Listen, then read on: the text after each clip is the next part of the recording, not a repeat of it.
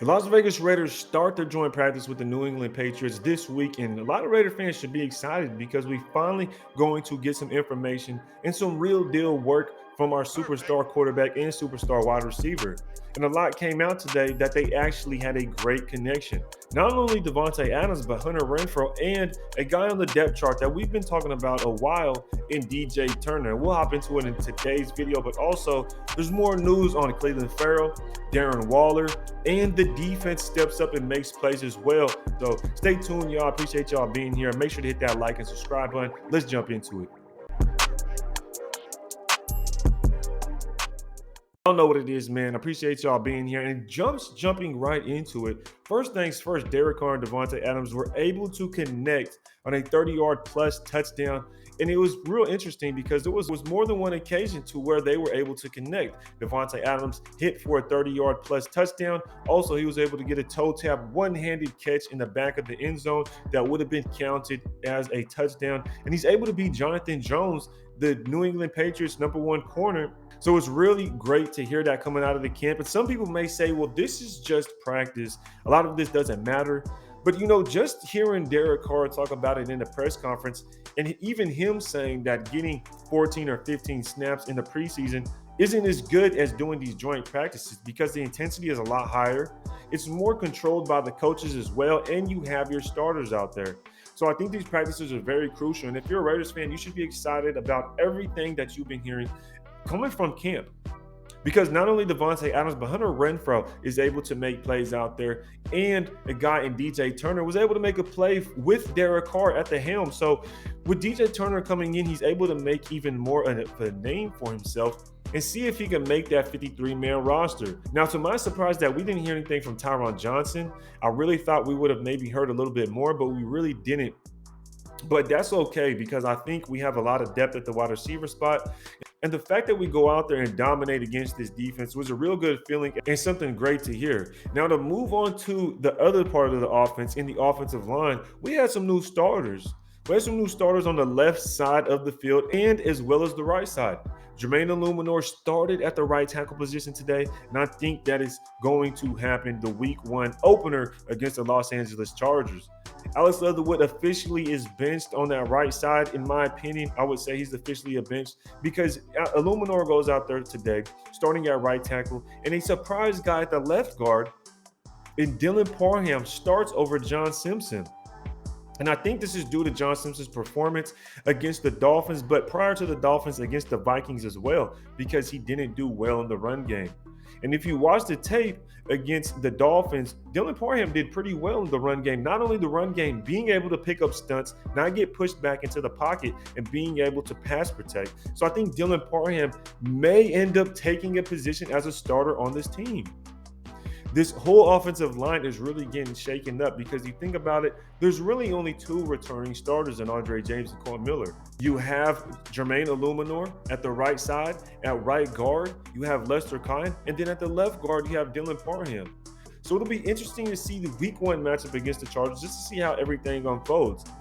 Now, that's pretty much on the offense side of the ball, and I didn't hear too much about the running back room.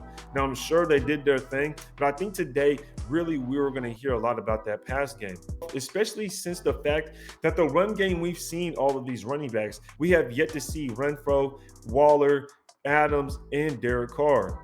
Now, flipping over to the defense side of the ball, there wasn't too much coming out, but most of the news coming out of camp about the defense is that they were smothering the New England Patriots offense. One good tip is that Jayon Brown, off a deflected pass from what it looked like in the video, it looked like a deflected pass, that Jayon Brown was able to catch it and take it back to the house by picking off Mac Jones, a quarterback that a lot of people are high on. Personally, I'm not. I think he was carried by Josh McDaniels and that defense. Because how do you beat the Bills by only passing so many times, right? So in that aspect, I really don't think Mac Jones is that great. But the fact that we're able to actually dominate against a quarterback who I don't think that's good, pick him off and take an interception to the house is very good news coming out of camp.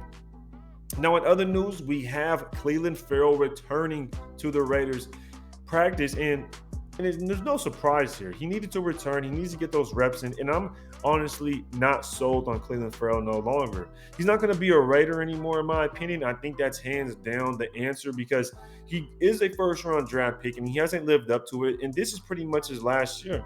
I don't see us, we're not going to tag him for a 5th year and pay him a ransom amount of money for him to stay. He will not be a Raider no longer. And I think Jordan Jenkins was ultimately the guy that was supposed to come in and really help and replace Clelin Ferrell's production that he would have brought 4th or 5th on the depth chart at the edge position.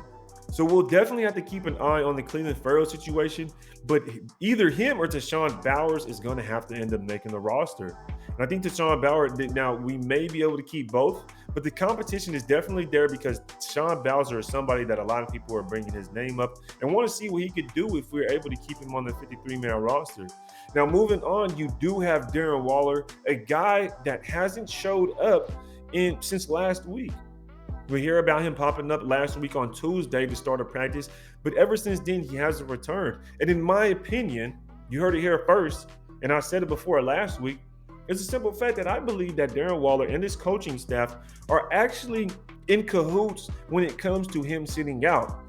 I think they understand the nuances of how the league works and how the business aspect works. And they're basically telling him, look, you can go ahead and sit out, do what you want until this contract gets done. So we don't have to deal with the you holding out rumors. He doesn't have any money guaranteed, although he does have $7 million on the books that he would get paid this year if he goes out there and plays. And I think he definitely wants to get something guaranteed so he doesn't hurt and end up not getting any money. And I think it's smart for the coaching staff to really meet this head on and basically tell him, you don't have to sit out because we're going to sit you out, right? You don't have to hold out because we're going to sit you out until this contract gets done and make sure you're 100% come week 1. Now, it'd be interesting if he really is banged up because I would be disappointed if he is has a lingering injury at this point. Because think about it. This entire camp, you had a lingering injury. That's a terrible thing to go into week 1 with, especially if you're going to have to deal with it all throughout the season. Would you really want to have him have an injury that's going to linger throughout the season, or just have him hold out this time being until we get the contract done? Let me know down in the comments what you guys think about the Waller situation. Some people say don't blow it out of proportion, which I'm not. You see the title and the thumbnail wasn't even about Waller, but it is something that came up today and it is in news. And he is one of our elite players on this offense that we're really depending on. So let me know down in the comments what you guys think about the Darren Waller situation. Don't forget to hit that like button, rate the subscribe button, and make a play. I appreciate y'all being here. If you guys want, check out Redemption Brand for some new gear. Go ahead and get fly, and make sure to follow me on Instagram and Twitter. I appreciate y'all being here, man. Until next time, rate the tape.